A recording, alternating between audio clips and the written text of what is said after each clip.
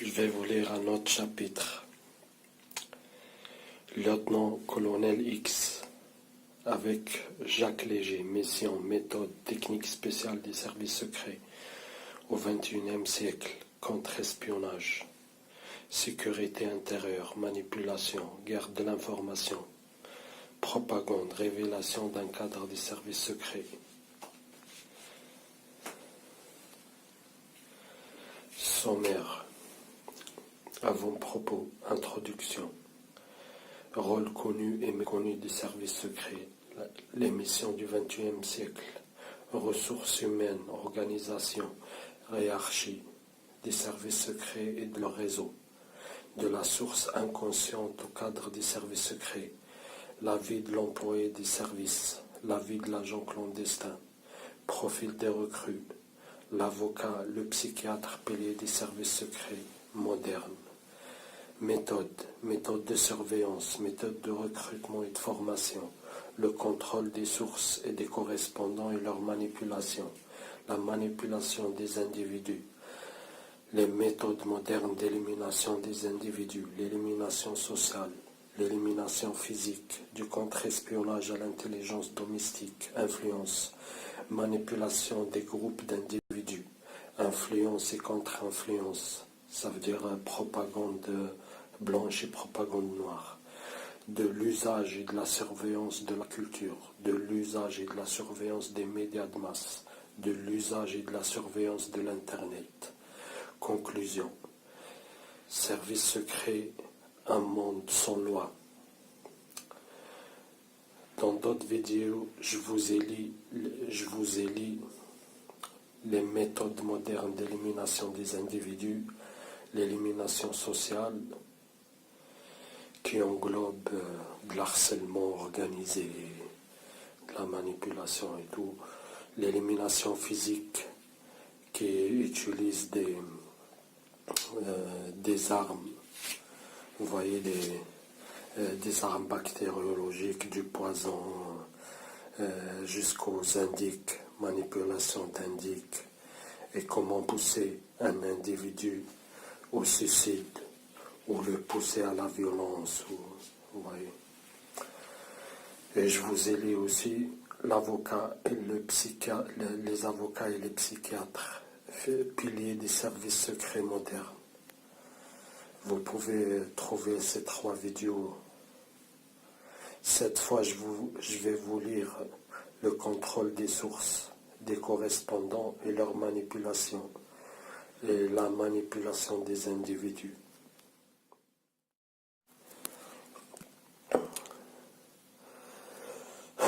La manipulation des individus.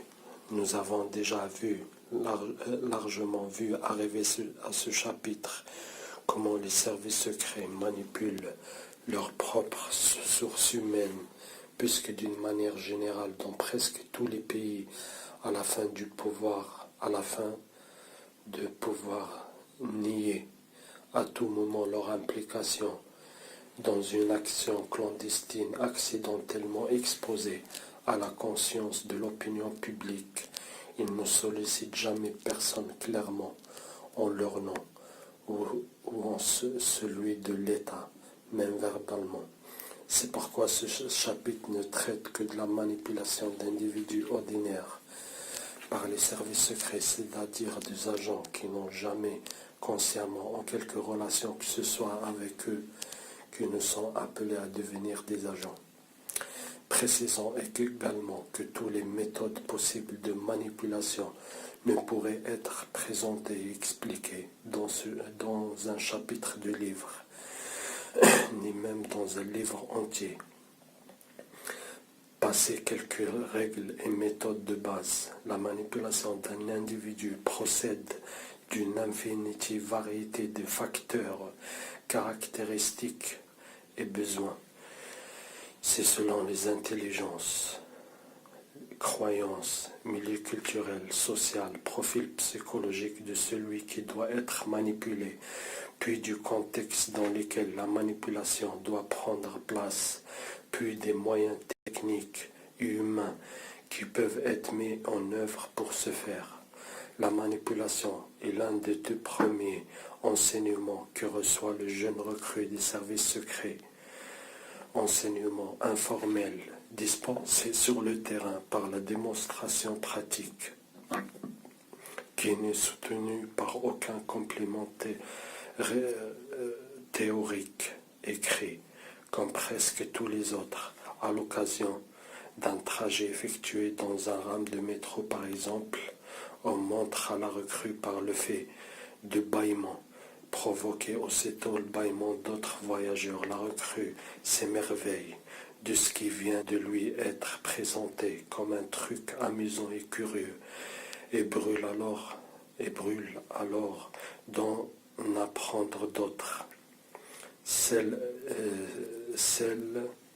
est aussi en train d'être manipulée, mais cela on ne lui expliquera pas, puisque les services secrets veillent toujours à conserver une bonne longueur d'avance sur ses employés, à quelque inévitable exception près.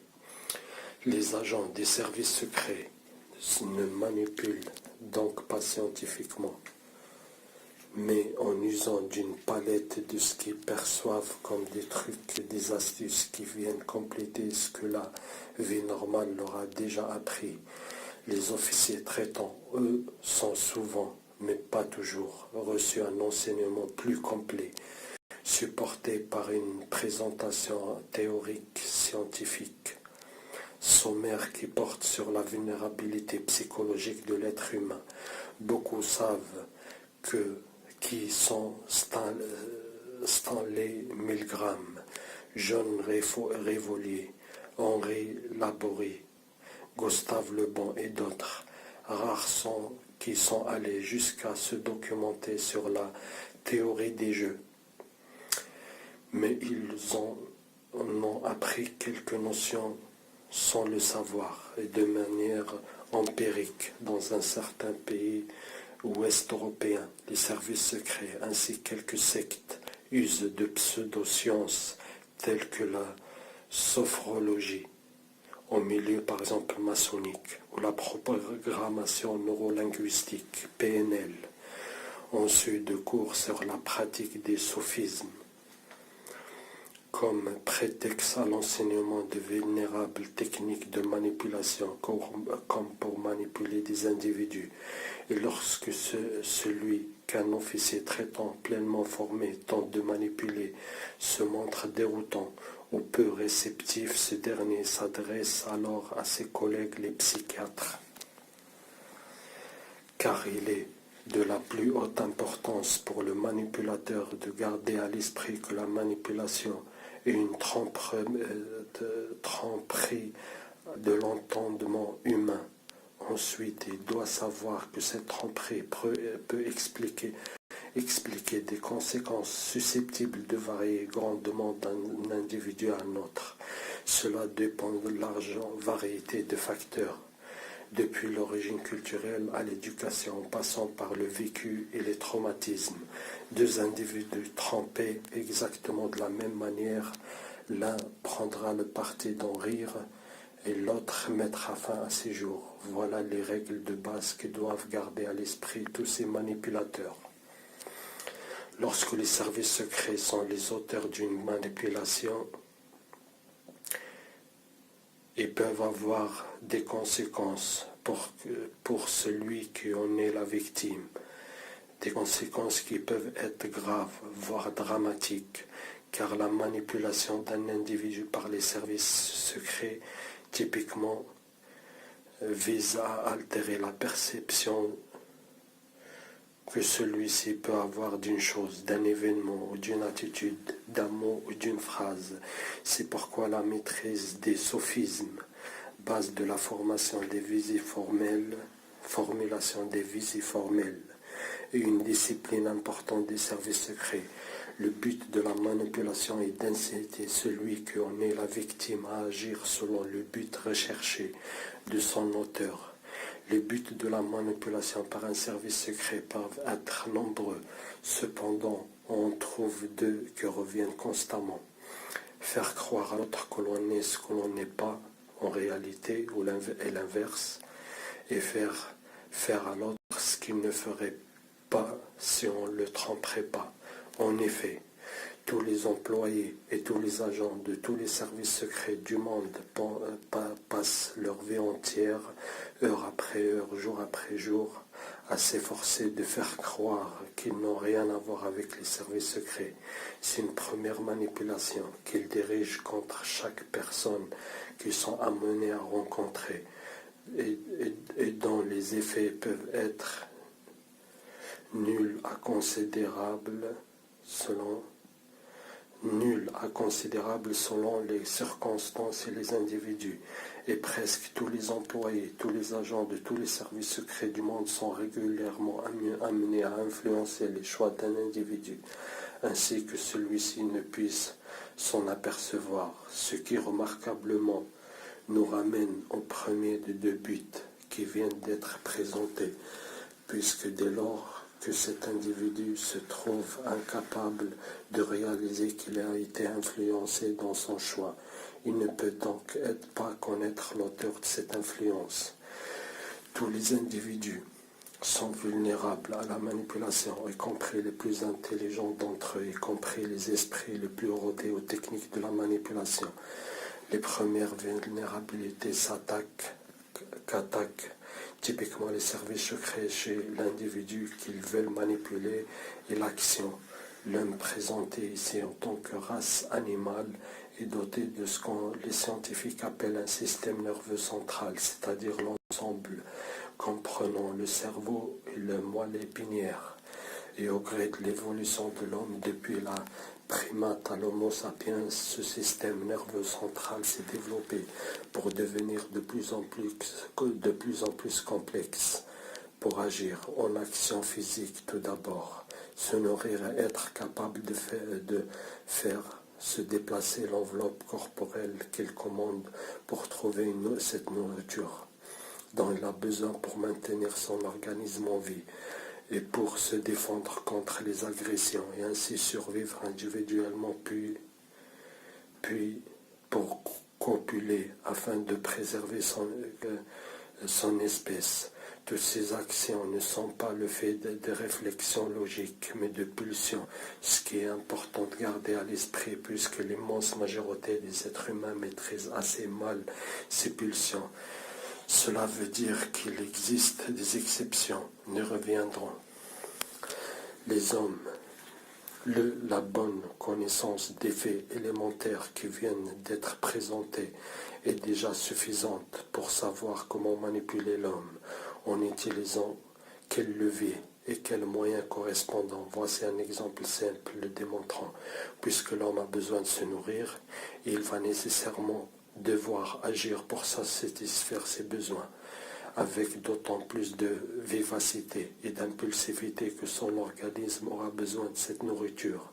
Il est possible d'inclure dans l'action qui lui sera nécessaire pour satisfaire ce besoin élémentaire une étape intermédiaire qui participera à sa manipulation. Nous voici à nouveau au plein schéma pavlovien. À partir de là, les manipulateurs des services secrets devront définir ce qui doit être cette étape intermédiaire en fonction de contextes dans lesquels la manipulation doit prendre place et bien sûr de ce qu'il en entend.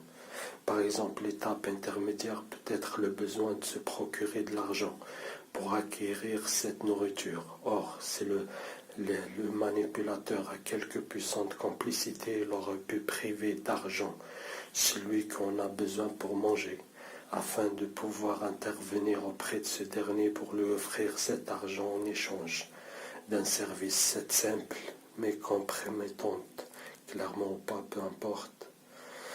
Si l'individu qui a besoin de cette nourriture accepte de passer par cette étape intermédiaire pour l'obtenir, il l'acceptera.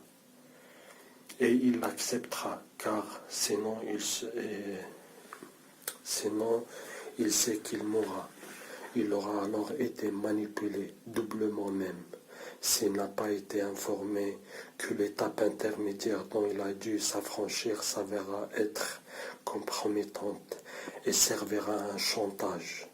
Il a dû livrer un paquet dont le contenu est de nature illégale par exemple. À ce stade de ce chapitre, nous n'avons fait que présenter les pulsions du cerveau de l'homme. Or, ce cerveau-là est également capable de développer d'autres besoins plus complexes, accessoires. De plus, en raison même de sa complexité, le cerveau humain est sujet à des anomalies de fonctionnement plus ou moins importantes que les psychiatres nomment dépendance, névrose, troubles, perversion, manie, lesquels sont hautement susceptibles d'être utilisés comme levier d'une manipulation par les services secrets.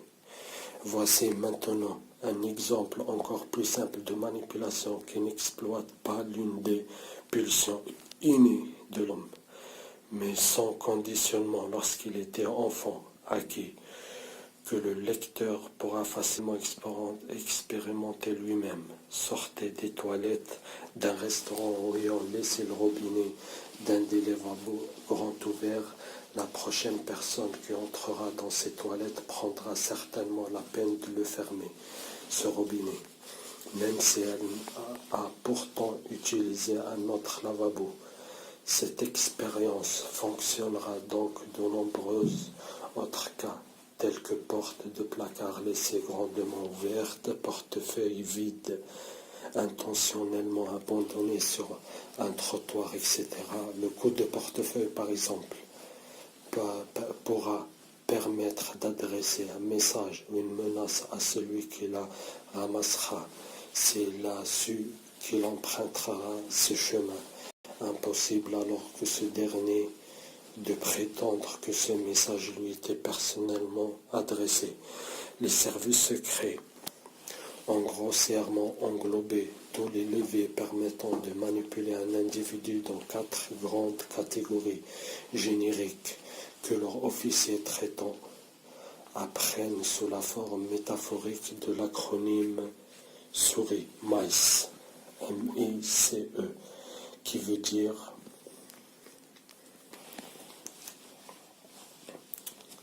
monnaie, argent, idéologie, contrainte, ego. MICE, monnaie, idéologie, contrainte, ego. Au moment de se demander comment ils vont pouvoir manipuler un individu qui les intéresse, les services secrets placent côte à côte, mentalement, ou par écrit sur un tableau, un profil aussi complet de celui-ci et les 4 lettres de cet acronyme. Il ne faut pas déduire de la présence de l'argument monnaie que le service secret se contente parfois de payer pour obtenir ce qu'il attend d'un individu. Ce levier ne doit être compris ici que comme appât du gain, car la réalité sera fort différente de ce qu'espère le manipuler ultérieurement. Nous l'avons déjà vu à propos de l'argent dont les services secrets font tout ce qu'ils peuvent pour ne jamais le payer.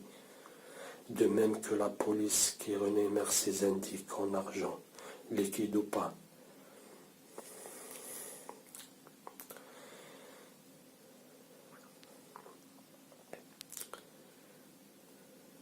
Et une légende bien entretenue devant cacher le pénible réalité d'un chantage à la peine de prison. Seuls les chasseurs des primes sont rémunérés en échange d'un travail qui s'apparente à du mercenariat, encore dans quelques rares pays où cela se pratique. Le cas du service secret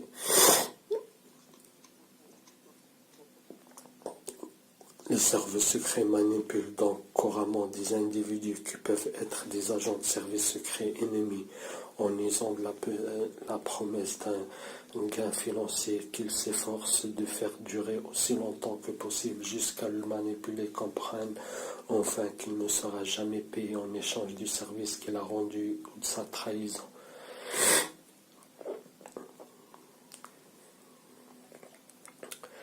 Les services secrets qui promettent un gain quelconque ne le font d'ailleurs jamais clairement et s'arrangent plutôt pour que le manipulé seul et de lui-même en arrive à croire que sa récompense ira de soi. La manipulation par l'usage des motifs idéologiques s'étend fréquemment sur une très longue durée, durant toute la vie du manipulé. Souvent, l'usage ce levier est fréquemment accompagné d'un recrutement sous faux drapeau.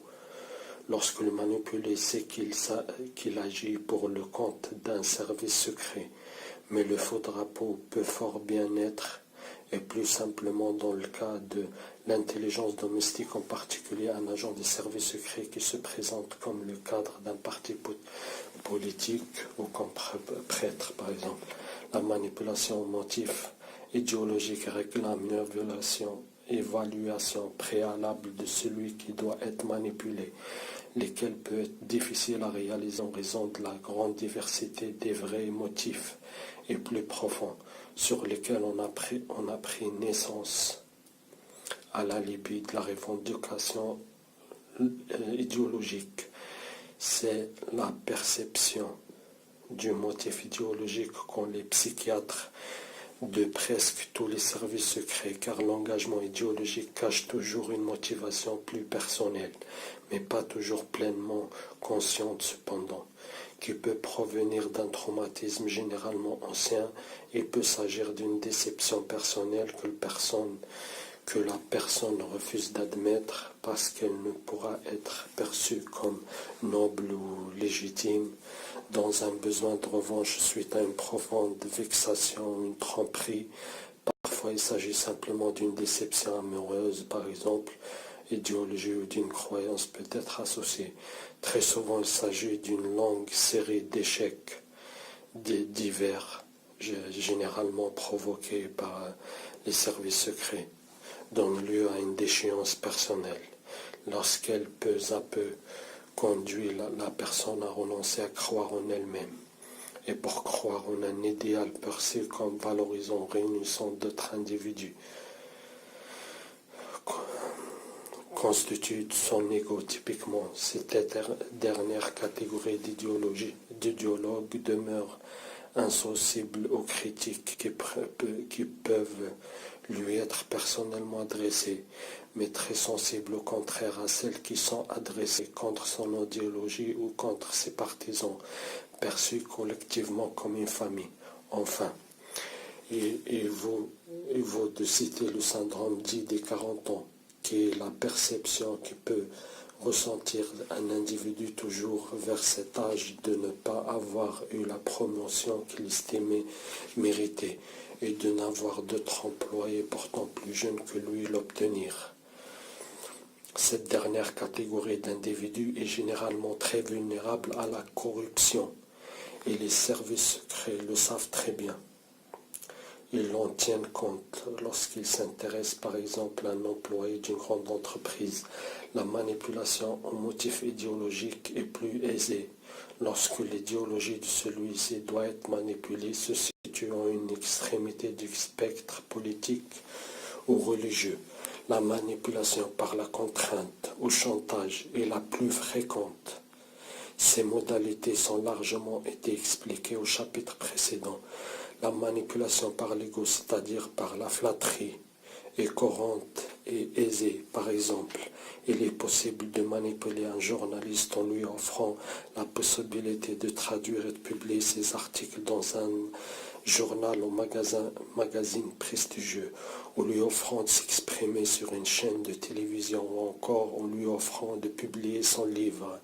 Mais les services secrets jugent peu fiable la manipulation pour levier de l'ego, parce qu'un autre manipulateur peut facilement se renchérir et s'approprier à son tour, et pour son seul profil, les services du manipulé. C'est pourquoi le recours à l'ego est toujours suivi d'une seconde manipulation usant d'un autre levier. Les 4 leviers de la manipulation proposés par les services secrets ne couvrent cependant pas toutes les possibilités, car d'autres encore se sont avérés très efficaces, ainsi que nous le verrons à la lecture des exemples de manipulation qui suivent. Voici un cas identique de manipulation d'un agent par un service de contre-espionnage qui l'emploierait depuis plusieurs années, mais qui avait décidé de se débarrasser de lui. Nous l'appellerons cet agent Pierre, afin de préserver son anonymat. Nous ne nommerons pas non plus le service secret que l'emploierait. Pierre a commencé sa carrière dans une unité de force spéciale de l'armée de son pays, puis il a été recruté au bout de quelques années par les services de contre-espionnage. Et là, son travail consistait pour l'essentiel à effectuer des enquêtes et des vérifications de routine concernant diverses personnalités. Il effectuait ce travail sur le terrain, sur des couvertures diverses, et non depuis un bureau. Durant la période de ses débuts, par exemple, le service de contre-espionnage plaçait Pierre comme chauffeur, garde du corps du dirigeant, ce qui lui a offert une position privilégiée pour surveiller en permanence tous leurs agissements et déplacements et rendez-vous en dehors de leur bureau. Quelques années plus tard, on a confié à Pierre une mission de désinformation essentiellement dirigée contre les services secrets d'un pays ennemi, sous couvert d'une activité de recrutement pour les services secrets de son pays, dont toujours à cette époque il ne dépendra pas, puisqu'il travaille toujours pour les services secrets de contre-espionnage détachés de ces derniers.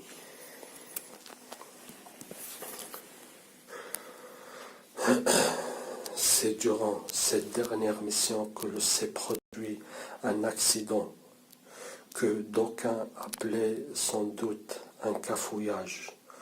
On avait demandé à Pierre de tenter de compromettre un individu soupçonné d'être un agent des services secrets d'un pays ennemi qui cherchait à se faire recruter par la communauté des renseignements, c'est-à-dire la police, gendarmerie, douane, etc. Service secret militaire, service secret civil. Nous appellerons ce suspect Paul. Dans le cadre de cette mission, les services de contre-espionnage a fourni à Pierre un dossier très complet concernant Paul, ainsi qu'un compte rendu quotidien de sa communication, téléphone, internet, déplacement.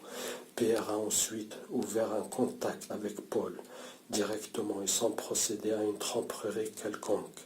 Il s'est présenté à lui comme un recruteur du service secret explicitement, mais Paul n'a pas réagi comme le souhaitait Pierre. Il n'a pas jugé ce dernier crédible, ainsi que la conversation qu'il a eue chez lui avec son épouse l'ont indiqué, puisque son appartement était sonorisé, ça veut dire mis sous écoute, sous surveillance, avec des mouchards, des mini-caméras. Pierre ne s'est pas découragé. Et bien évidemment, il est allé plus loin pour prouver à Paul qu'il n'est pas un plaisantin.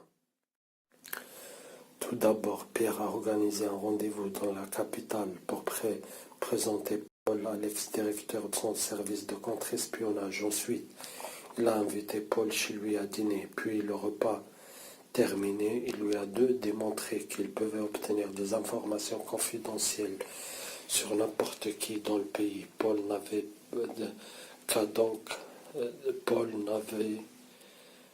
donner un nom. À partir de ce dernier événement, Paul a été d'accord pour revoir Pierre régulièrement, mais il est demeuré méfiant, ce que Pierre a manifestement manqué de voir ou interprété autrement. Les écoutes et sonorisations n'ont pas permis de clairement l'établir. Puis Pierre a spontanément proposé à Paul de lui faire rencontrer deux autres personnalités, un officier de l'armée en charge des relations avec un pays étranger et un représentateur de télévision très connu. Contre toute attente, Paul, au lieu de manifester l'enthousiasme qui espérait Pierre, a trouvé qu'il y avait quelque chose qui n'allait pas. dans tout ce que ce dernier lui disait et lui proposait. Et c'est pourquoi il a décliné ces dernières offres.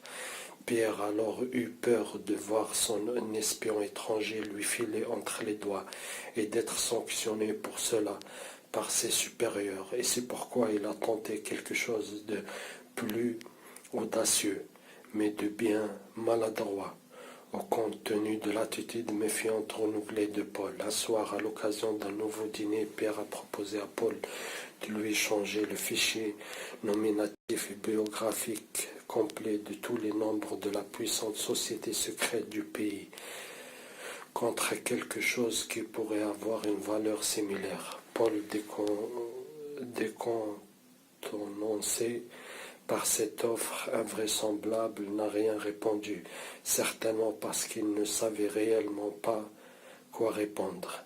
Pierre s'est alors emporté, a osé chercher cette fois, c'est intimider Paul, lui montrant une liste de tous les sites internet qu'il avait visités durant la semaine dernière et de toutes les conversations téléphoniques qu'il avait eues durant le même temps, tout en lui disant qu'il était suspecté d'être un espion à la solde du principal ennemi du pays et que, conséquemment, il devait maintenant faire ce que les services secrets lui demandèrent.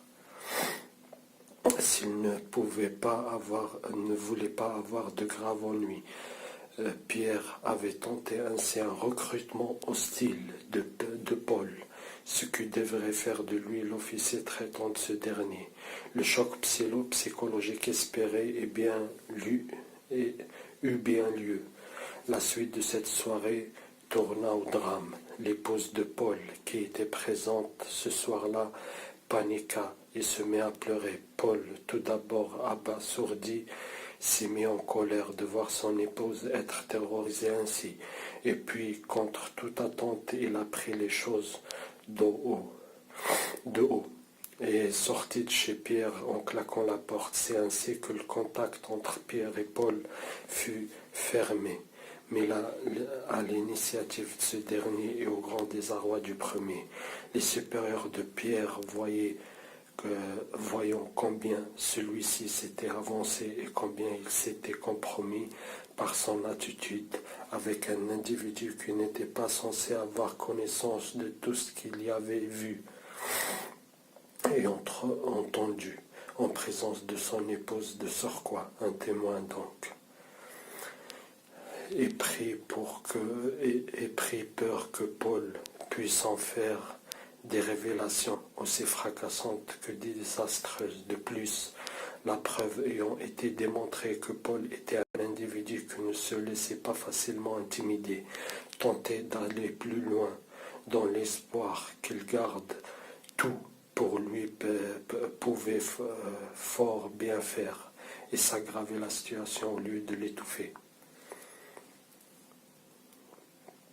Pierre comprit finalement son erreur. Il téléphona dès le lendemain à Paul, comme si rien ne s'était passé, sans faire le moindre allusion au malentendu de la veille, et donc sans présenter d'excuses, ni à ce dernier, ni à son épouse, qui avait effectivement été traumatisée. Entre parenthèses, un agent des services secrets ne doit jamais s'excuser, sauf pour une petite bourde, et comme une politesse de pure forme. C'est une règle. Fermons la parenthèse. Cette tentative, à nouveau bien maladroite, fut accueillie avec la froideur que n'importe qui pourrait imaginer. Aussitôt après cela, les supérieurs de Pierre lui ordonnèrent de ne plus tenter de reprendre contact avec Paul. À ce stade de ce petit récit, nous avons pu avoir une tentative de manipulation puis de recrutement hostile qui ont tous deux lamentablement échoué, non pas parce que l'agent qui en fut chargé avait mal étudié le dossier de sa cible, mais tout simplement parce qu'il s'était comporté de manière grossière. Cette manipulation avortée donna aussitôt lieu à une autre réussite cette fois, qui surprendra certainement le lecteur non initié, qui surprendra certainement le lecteur non initié. Quelques semaines plus tard, les services de contre-espionnage confiaient une autre mission à Pierre, comme si la lourde faute qu'il venait de commettre avec Paul avait été oubliée et pardonnée.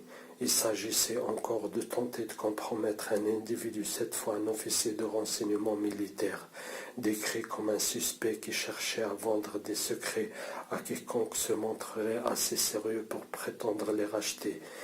C'est avec le même hardiesse et la même promptitude que Pierre ouvrit le contact avec cet officier, puis lui proposa tout aussi rapidement de le mettre en relation avec un de ses amis, décrit comme un diplomate étranger, précisant que le pays de ce diplomate était officiellement hostile, mais pas du tout en réalité.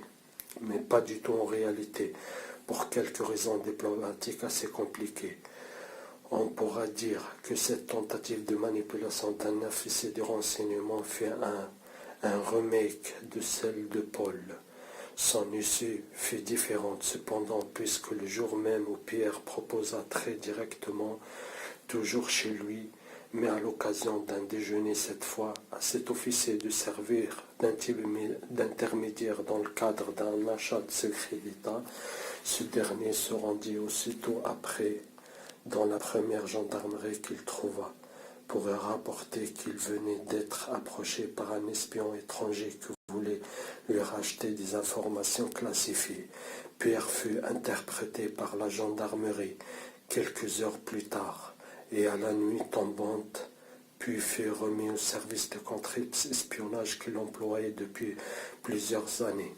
Là, à la grande surprise de Pierre, on procédera normalement à son interrogatoire et aucun de ses supérieurs ne se manifestera pour dissiper ce qu'il prit pour une quiproquo. L'enquête établit que le diplomate étranger dont Pierre s'était présenté comme le contact alors qu'il ne l'avait jamais rencontré existe bel et bien. Pierre fut accusé d'intelligence au profit d'une puissance étrangère et de tentative de corruption de fonctionnaires et plus d'autres accusations accessoires. La presse fut informée de l'affaire par les mêmes services de contre-espionnage à laquelle on décrivait Pierre comme un hurluburlu et un personnage à la personnalité immature. Il fut même précisé que Pierre racontait pour sa défense qu'il était un agent du contre-espionnage en mission pour son pays et que se prenait au jeu de ses fantasmes. Il s'était finalement laissé embarquer dans une véritable histoire d'espionnage qui avait mal tourné en raison du fait qu'il n'était pas un véritable agent secret entraîné pour ce genre de travail. C'est à peu près en ces termes qu'un grand magazine d'information brossa le portrait de l'apprenti espion de cette affaire. Pierre occupa de 4 vraies années de prison ferme, dont 3 avec sursis, et sa carrière au contre-espionnage s'arrêtera abruptement là. Le service de contre-espionnage avait finalement résolu son problème avec Paul et son épouse en désavouant, en discréditant son propre agent. C'est Paul avait tenté de se plaindre que le service de contre-espionnage du pays avait injustement tenté de lui créer des ennuis et avait espionné ses communications téléphoniques et ses consultations Internet. On pouvait alors lui répondre que ce n'était en réalité que l'œuvre d'un déséquilibré. Pierre, sincèrement passionné par son travail, avait fini par se prendre un peu trop au rôle qu'on lui avait donné. Son point faible est le levier qu'utilisera les services de contre-espionnage. On avait à nouveau donné un rôle de manipulateur à Pierre dans le seul but de le manipuler. Une éventualité qu'il estima n'avoir aucune raison de redouter.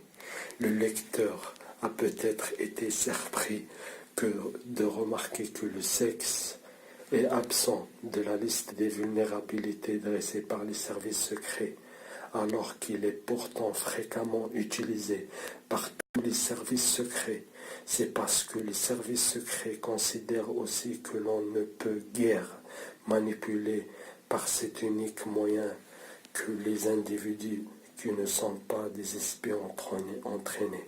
En effet, les services secrets s'efforcent de dissuader par les méthodes pavloviennes toutes leurs recrues d'avoir des aventures sexuelles ou même purement sentimentales durant un recrutement d'agents ou d'employés des services secrets. La recrue est ponctuellement approchée par des agents hommes ou femmes qui ont reçu ordre de tenter de la séduire.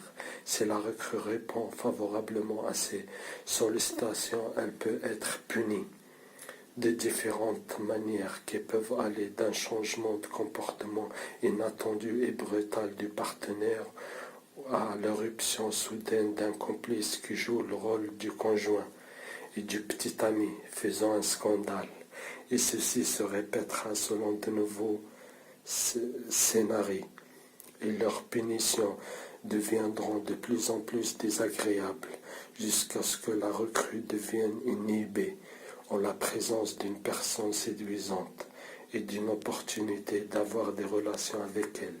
Aucune justification ni explication n'est préalable à ces preuves ne lui est fournie, conformément à la règle de l'implicite et à celle des expériences de Pavlov. Son refus de céder à une opportunité de nature sexuelle doit être un réflexe conditionné et non une obéissance à une instruction.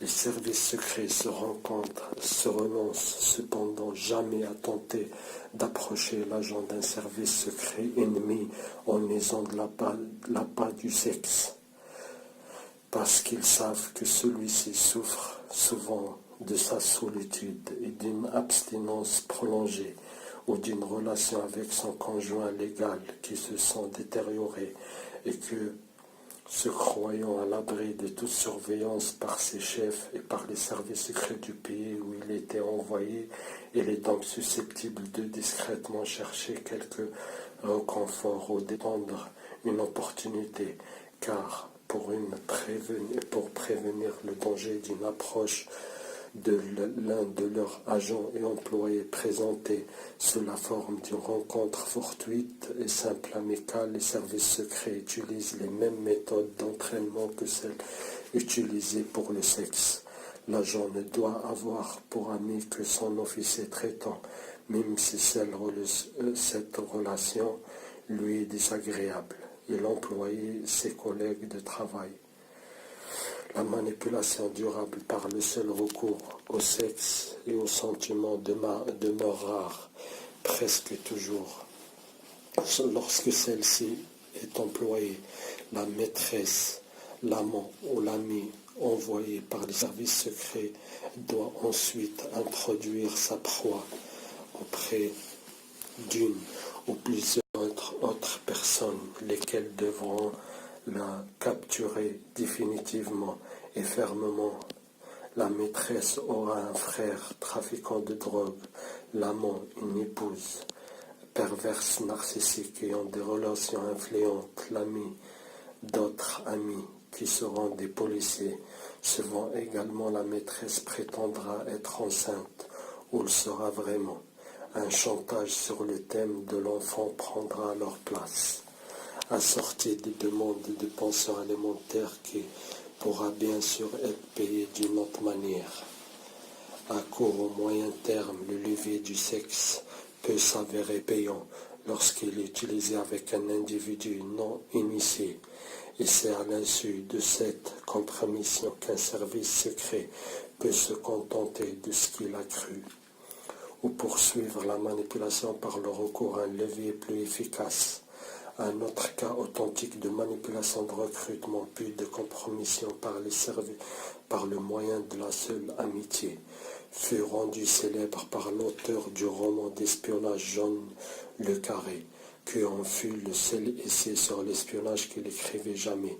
Il s'agit de l'affaire du colonel brigadier de l'armée suisse, Jean-Louis Jeanmer, qui tomba dans ce siège d'un genre inhabituel, tendu par un agent du renseignement militaire soviétique en poste en Suisse sous couverture diplomatique.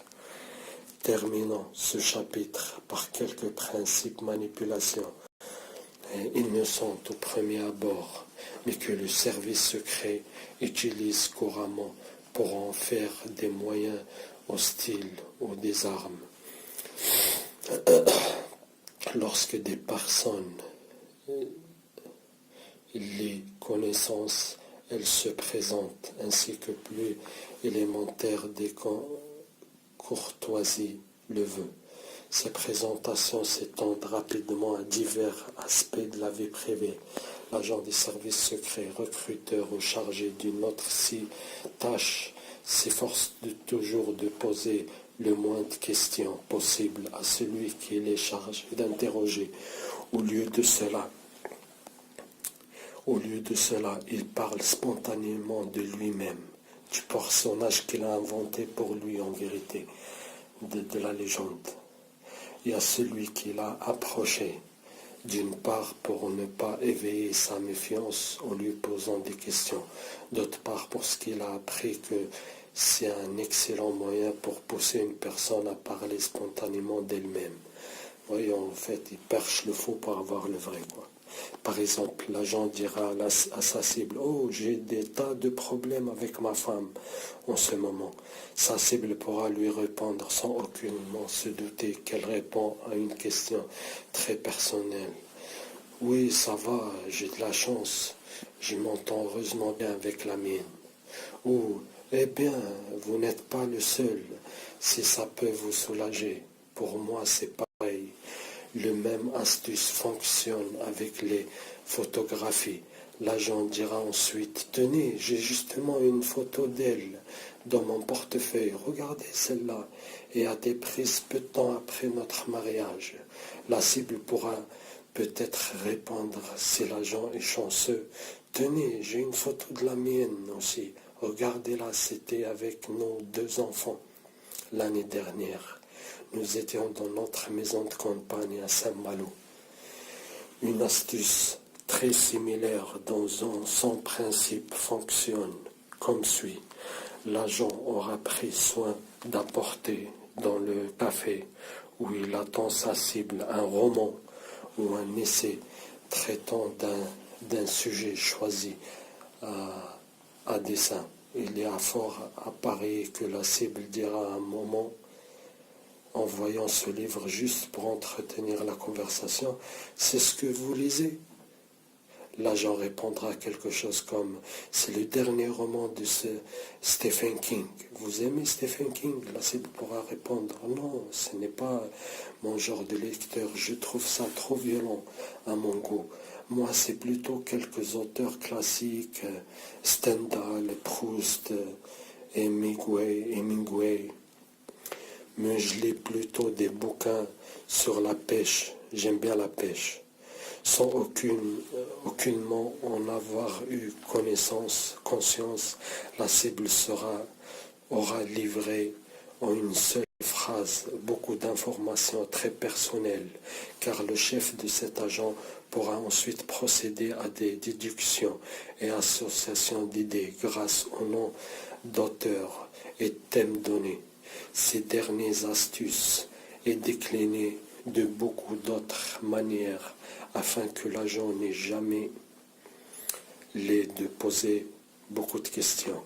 En se basant sur tout ce qu'ils auront ainsi appris d'un individu, les services secrets pourront alors organiser des mises en scène, que celui-ci ne pourra prendre que pour des hasards. Par exemple, à l'occasion d'un voyage de celui-ci en train, ils envoieront un de leurs agents femmes s'asseoir près de lui, où là, elle sortira un roman d'Hemingway pour se mettre à le lire durant le voyage. Il y a une forte probabilité que pour cet individu, ne sera-ce que pour tuer le temps, chercher à engager la conversation en usant de prétexte que cette femme lit un auteur qui l'affectionne tout particulièrement. Le même schéma peut être conduit avec deux agents qui auront une conversation à voix haute, hein, pour faire bien entendre l'autre, à propos d'un sujet qui passionne justement cet homme, etc. Et si la cible ne mord à aucun de ces hameçons, les services secrets pourront encore en faire des déductions intéressantes. Exemple, la cible est introvertie ou un grand timide, ou la cible semble avoir été entraînée, et donc elle peut être un agent secret de quelque pays. Elle peut avoir un autre intérêt à se faire discrète qu'il convient de découvrir. La présentation, ces derniers trucs de manipulation nous amènent à une autre règle générale, comme à tous les individus. L'homme ne manque jamais de remarquer de ce qui le suit, voire de s'en inquiéter, mais il ne prête jamais attention à ce qui lui précède. Il s'en inquiète encore moins. Les services secrets le savent bien, et c'est pourquoi ils se débrouillent toujours pour connaître les habitudes de l'individu pour lequel ils souhaitent entrer en contact, pour savoir sitôt que possible où ils se rendent afin de déplacer leurs agents sur son chemin ou devant lui, jamais derrière. Par exemple, si la cible a l'habitude de se rendre sur un café, les services secrets demanderont à un de leurs agents de fréquenter régulièrement le même endroit et d'écrire avec quelque temps des circonstances qui inciteront naturellement la cible à engager la conversation avec celui-ci. Voyons maintenant une autre caractéristique du comportement de l'homme qui permet sa manipulation et que les officiers traitants utilisèrent fréquemment avec leurs agents. Ce truc d'interaction que certains spécialistes nomment géno-comparative et qu'il est quasiment imparable. Deux individus que nous appelons Pierre et Paul sont éloignés l'un de l'autre de plusieurs kilomètres. Ils entrent en communication à l'aide de leur téléphone portable. Ils décident de se rencontrer, de se convenir d'un lieu qui doit logiquement se situer à mi-chemin l'un de l'autre. C'est à un moment précis que Pierre décida de mettre en place sa manipulation dirigée contre Paul. Pierre dit à Paul à la perception de son téléphone est soudainement devenue mauvaise et qu'il ne l'entend plus, ce qui est un mensonge. Paul tente tout de même de dire qu'il l'entend très bien, quant à lui, mais Pierre fait mise de ne pas l'avoir entendu, et compte tenu de cette impossibilité que l'un puisse être compris de l'autre, il proposa la seule solution logique restante qui leur permettra de se rencontrer, c'est à dire à Paul que si jamais il l'entend, il lui propose de venir le rejoindre là où il se trouve, ou n'importe quel autre lieu de son choix. Il va l'y attendre à défaut de pouvoir faire mieux. Paul se pensera évidemment jamais que Pierre lui a menti pour le forcer à faire le déplacement seul et à le faire aller à l'endroit bien précis, sachant bien que les espions sont confrontés quasi quotidiennement à la manipulation, activement ou passivement, ou les deux en même temps. Le lecteur comprendra que les tentatives de manipulation d'agents entre deux services rivaux peuvent être aussi subtiles que complexes et que leur mise en place peut s'allonger considérablement dans la durée. De plus, toutes ces formes, méthodes et astuces étant connues que de tous les services secrets du monde, ceux-ci doivent redoubler d'ingéniosité, non pas pour en inventer de nouvelles, puisque le nombre de leviers sur lesquels on peut agir est tout de même fini, mais pour rendre très difficilement détectables celles qui sont déjà connues. Des véritables stratégies, parfois très complexes, devant se dérouler sur la longue durée, peuvent être mises en place sur telles que par exemple une tentative de manipulation qui en cache une autre. Dans un tel cas, la cible, en évitant la première manipulation, peut se diriger d'elle-même dans les filets de la seconde.